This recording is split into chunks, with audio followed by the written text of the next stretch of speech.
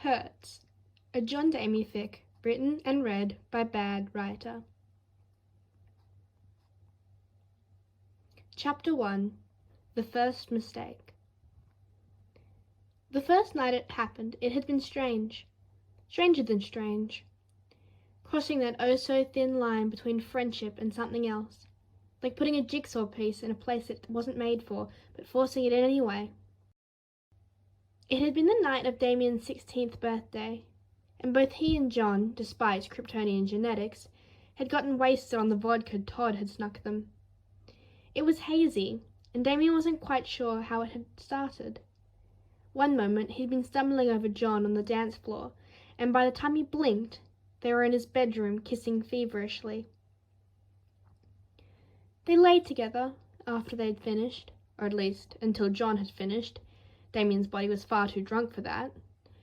There wasn't anything in the air between them, besides Jon's pleased and sated sighs.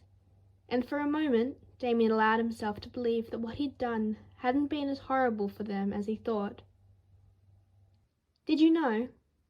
Damian said. "I'm a direct descendant of Cleopatra VI."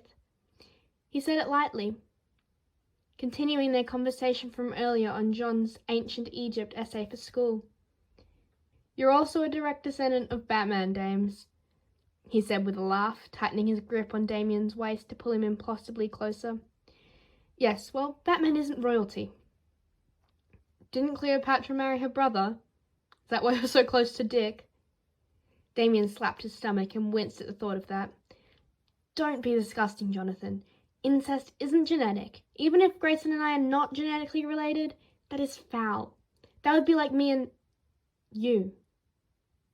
He didn't say it, but his words, or lack thereof, remained heavy in the air. And yet still, Jonathan, naked beside him, only pressed closer. Damian could feel all of him. He was still so intoxicated, and that strange heat pressed to his thigh still felt so good. Jon's breath caught as Damian's leg inched closer, accidentally providing a slight sense of friction for Jon. Jon let out another shaky breath and turned his head to stare at Damian. "Do you want to go again?" "I can see if I can make you come if you want." Damian gulped and refused to look at him. Jon let out another shaky breath and turned his head to stare at Damian. Damian gulped and refused to look at him, but he couldn't ignore the feeling of Jon against him. He tried to say no, but the words kept bubbling up in his throat, and it all came out wrong as a helpless, cooing yes. When he woke up with a startling type of pain somewhere he'd never thought to hurt, he realized immediately their mistake. And suddenly, what was simply pinpricks of nausea turned to full-fledged freak-out. He leapt out of bed and pulled on all his clothes, including the stained green tie that was now sticky with champagne. He had nowhere to hide, he thought in horror. Nowhere to keep away, to ignore it, to hide it, to bury it away with all those memories with the League. For a horrible moment, standing in the middle of the hallway, he realized he was going to cry. He was going to cry and someone was going to see him, and then he didn't know what he'd do. He found himself in Dick's bedroom a moment later, glassy-eyed and silent. Dick was still asleep, curled up close to a clump of wavy red hair. Gordon or coriander, he guessed. Damian couldn't keep up with Dick's very ginger love life. Damian let himself slide to the floor, suddenly remembering how much it hurt to stand. He allowed his face to fall into the crook of his elbow, but refused to let any tears drip. His head was spinning with a hangover, and he couldn't stop thinking about how he might have just fucked everything up with the one person that mattered to him. He wasn't sure if he'd fallen asleep again, or if the remaining alcohol in his system was pulling him in and out of consciousness. But when he opened his eyes, the redhead in Dick's bed was gone, and Dick was crouched beside him, looking bewildered. "We've got to put a bell on you. You're so quiet," he grunted, raising a brow at him. And then his face went a little pink. "You haven't been here all night, right?"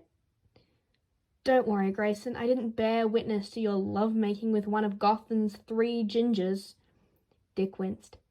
Ew, you're like 10, don't talk about that stuff. And then he slouched beside Damian, coiling an arm around his shoulder. I'm 16, Grayson. And then he paused, looking away, trying to shut his thoughts the way his mother had taught him. Maybe she was right. Maybe he had spent too much time with his father, because no matter how hard he tried, he couldn't stop. Damian, he whispered, noticing the change. I've done something terrible, and gulped. Is it fixable? No, it's not. Dick was completely frozen, wide-eyed, mouth slack when Damian turned to look at him. Damian, I think... Fuck, why didn't you go to Jason about this? I don't know, He cut himself off, retrieving his arm back from around Damian to rub at his eyes. Just don't tell me anything else, alright? I'll plead ignorance to Bruce, and Jason can... Jesus, Damian, fuck! I didn't kill anyone, Grayson, he said coolly, looking away. You didn't? Thank fuck, Damian, you had me worried, he said with a slight chuckle in his voice. No, he said, and this time to himself. Worse. And then, noticing the silence, he said, I slept with someone. It was then when Dick started to laugh, clapping him on the shoulder with mirth. Come on, Damian, don't be a buzzkill. I mean, you're the same age I was when It was John, said Damian, cutting him off. Dick sucked in a breath, and out of the corner of his vision, he could see Dick turn a little purple. But John, he's way too old for you, Damian. He's 18, Grayson, grunted Damian with a scowl, feeling the pang in his chest only grow. Baby bird. Dick's voice was soft now, gentle, the way he would be holding something made of paper, an origami robin in his palm. Damian stuttered, trying to put into words just how much he'd fucked up, how sick he felt, disgusted with himself, like he never wanted to move again, like he never wanted to be a person ever again. He wanted to turn to stone so he wouldn't have to breathe or think or hurt. But every time he closed his eyes, he was 6 years old again in Nanda Parbat, watching a man doused in a blaze of fire. Except this time it wasn't the man from his memory. It was John, screaming and helpless and in pain, and it was all Damian's fault. He'd always known he would corrupt John, but not like this. He cried into Grayson's shoulder for what felt like hours, and by the time he finally relented, head aching with dull thwack, it was almost midday. They had cucumber and cheese sandwiches in the kitchen, served graciously by Alfred. John had left already, Damian realized. Probably through the bedroom window, because otherwise he'd be down at the kitchen, slobbering over Alfred's cooking. Damian felt his heart ache more, because at least he thought he deserved one last goodbye. He let his hurt fester. For 3 days he let it rot inside him, doing away with his soul like a cancer, turning everything good to pain. Metropolis was less than 3.5 hours away, but he could make it in 2, pushing the limit of his brand new Maserati, a gift from his father. The Lane Kent house was a tiny little thing in downtown Metropolis. Damian found himself wondering how anyone could live in such a small place.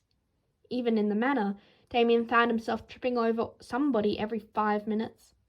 Similarly in size, it was also terribly unsecure. Though, with 1.5 aliens inhabiting it, maybe that was understandable. It'd always been easy to break into John's room.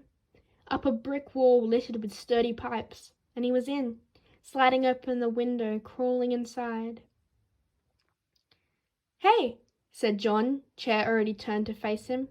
Your new car is loud. Damian was taken aback by this a little. The easy, normal way John just ignored everything between them. Pass that essay, by the way, But I didn't say you were Cleopatra's long-lost grandchild. Great-great-great-grandmother, Damian sneered. And I actually didn't drive all this way here to talk about that. John's face went strange. Violet eyes looking back at him with something hidden behind them. And the smile that pulled his lips together only tweaked at one dimple. No, I didn't think that's why you'd came either. John stood, towering over Damian. He'd gone from being a little taller than Damian at 10 to being almost 2 heads taller at 16 in the span of about a month. Damian still hadn't gotten used to that, even 3 years later. And still, John was smiling. You know, I got a little worried you weren't going to, he said, his voice lowered now as he took a step closer. Yes, well, I thought it was only right after what I did. Well, I'm glad you thought that. Another step. Good to know we're on the same page, said Damian, clearing his throat, trying to remind himself why he'd come, to sort it out, to fix it, and yet John still moved closer. Hummed John, and kissed him. It was a hungry kiss, his lips forcing Damian's open even in his shock. He tilted his head to the side, allowing entrance. He couldn't even think. John, the bastard, wasn't letting him. Damian could focus on only one thing, kissing John back, arms coming down to wrap around his neck just as John found the small of his back. Damian was on the balls of his feet, reaching up helplessly to keep them together, refusing to break the kiss, even to breathe. It was heat. It was fire. Dangerous fire, roaring to life and obliterating Damian's morals with a hunger so vicious it had to be alive, like a parasite. Finally, when Damian's head was still spinning, John pulled away to press a wet kiss to Damian's cheekbone, hovering there to whisper, I've been thinking about doing that all week. And he leant down to kiss Damian's jaw. Actually, I've been thinking about a lot this week. Damian flushed, but objections were muted by the rush of blood to his head. Your father, lead paint, remember? Whispered John, head gesturing to the walls. Right, said Damian with a rather loud gulp, and John returned to his neck, nudging Damian backwards until his weak knees buckled when they hit the bed. John sprawled atop him. Fuck, as John palmed him through his slacks. What do you want? Asked John, grinning into his collarbone. Fuck, anything, John, please, John smiled, hand pulling under his shirt, and in a swift movement, stripped him out of it, following by pulling the Wonder Woman shirt off his head too. Fuck. Damian was so fucked. Maybe literally. Definitely literally. And within 15 minutes, he was.